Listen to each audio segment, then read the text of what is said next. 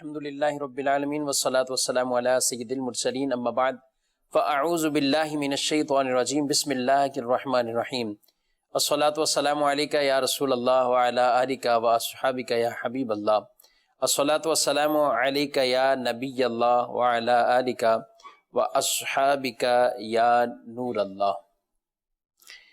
بیٹھے بیٹھے اسلام بھائیوں اور مدنی چینل کے ناظرین، سلسلہ قرآن کے عنوان لے کر ایک بار پھر آپ کی خدمت میں حاضر ہوئے ہیں۔ اللہ کریم رب العزت جل وعلا ہم سب کو قرآن اور احادیث طیبہ کی تعلیمات کے مطابق زندگیاں گزارنے کی توفیق عطا فرمائے۔ ابتداً درود پاک کی فضیلت نبی رحمت صلی اللہ علیہ وآلہ وسلم ارشاد فرماتے ہیں کہ 3 طرح کے اشخاص ایسے ہیں کہ جن کو بروز محشر اللہ اپنے عرش کا سایہ عطا فرمائے گا۔ بعض حدیث میں 3، بعض حدیث میں 7، مختلف اس طرح بیان کیا گیا۔ فرمایا جس دن کوئی سایہ نہیں ہوگا اللہ انہیں اپنے عرش کا سایہ عطا فرمائے گا، اور ان میں سے پہلا شخص وہ ہے، فرمایا جو میرے کسی امتی کی پریشانی کو دور کرے، امتی کی پریشانیوں کو دور کرنا، اور دوسرا وہ شخص ہے جو مجھ پر کثرت سے درود پڑھے، تیسرا وہ جو میری سنت کو زندہ کرے، میری سنت پر عمل کرے، احیاء کرے۔ یہ 3 خوش نصیب وہ شخص ہیں جنہیں قیامت کے دن اللہ اپنے عرش کا سایہ عطا فرمائے گا۔ ناظرین کوشش کیجئے ان تینوں باتوں پر عمل کرنے کی۔ کسی امتی کی پریشانی کو دور کرنا، کئی ایسی پریشانیاں ہوتی ہیں جس کو ہر دوسرا شخص دور کرنے کی طاقت رکھتا ہے۔ صرف مالی طور پر ہی معاونت نہیں، کچھ اور بھی معاونتیں ہوتی ہیں، اور اس طریقے سے اگر وہ اعانت کر لیتا ہے تو اللہ کی رحمت سے انشاءاللہ العزیز یہ فضیلت اسے نصیب ہوگی۔ نبی پاک علیہ السلام کی ذات پر کثرت سے درود پڑھنے کو اپنا معمول بنائے، روز محشر اللہ اپنے عرش کا سایہ عطا فرمائے گا۔ رب کعبہ مجھے آپ کو عمل کی توفیق عطا فرمائے۔ صلو علی الحبیب صلی اللہ تعالی علی محمد صلی اللہ علیہ وآلہ وسلم، صلاۃ و سلام علیکہ یا سیدی یا رسول اللہ وعلی آلکہ واصحابکہ یا حبیب اللہ۔ مسجدیں آباد کرنا، مسجدیں تعمیر کرنا، مساجد کی دین اسلام میں کیا اہمیت ہے، اس بارے میں چند باتیں آج کے اس درس میں ہم سننے کی سعادت حاصل کریں گے۔ کفار نے موقع جنگ بدر کے بعد جو ایک مسلمانوں کو وہ کہتے تھے کہ ہم حرم مسجد کی جو ہے وہ تعمیر کرتے ہیں، اس کا خیال رکھتے ہیں، حاجیوں کو پانی پلاتے ہیں، یعنی اپنی نیکیاں اور اپنے اچھے عمل انہوں نے بیان کیے۔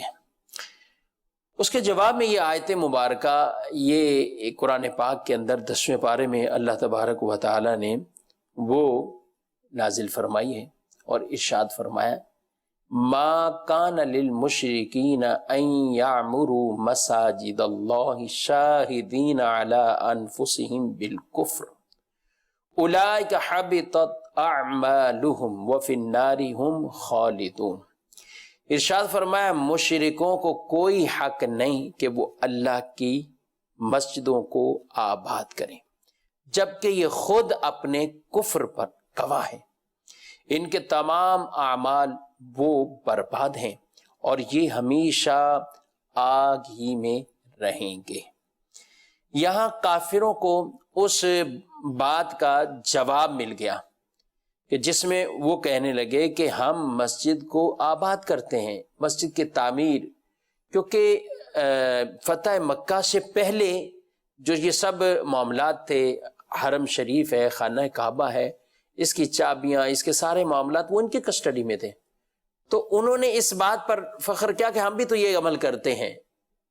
تو اللہ نے ان کے جواب میں قرآن میں یہ آیتیں نازل فرمائی کہ کافروں کو یہ حق نہیں پہنچتا کہ اللہ کی مسجدوں کو آباد کریں، اللہ کی مسجدوں کو تعمیر کریں، حالانکہ یہ کہ وہ اپنے کفر پر گواہ ہیں، شاہد ہیں، کفر پر ڈٹے ہوئے ہیں، تو ان کی جو ہے وہ کوئی انعام نہیں، کوئی ثواب نہیں، بلکہ ہمیشہ کے لیے جہنم میں جائیں گے۔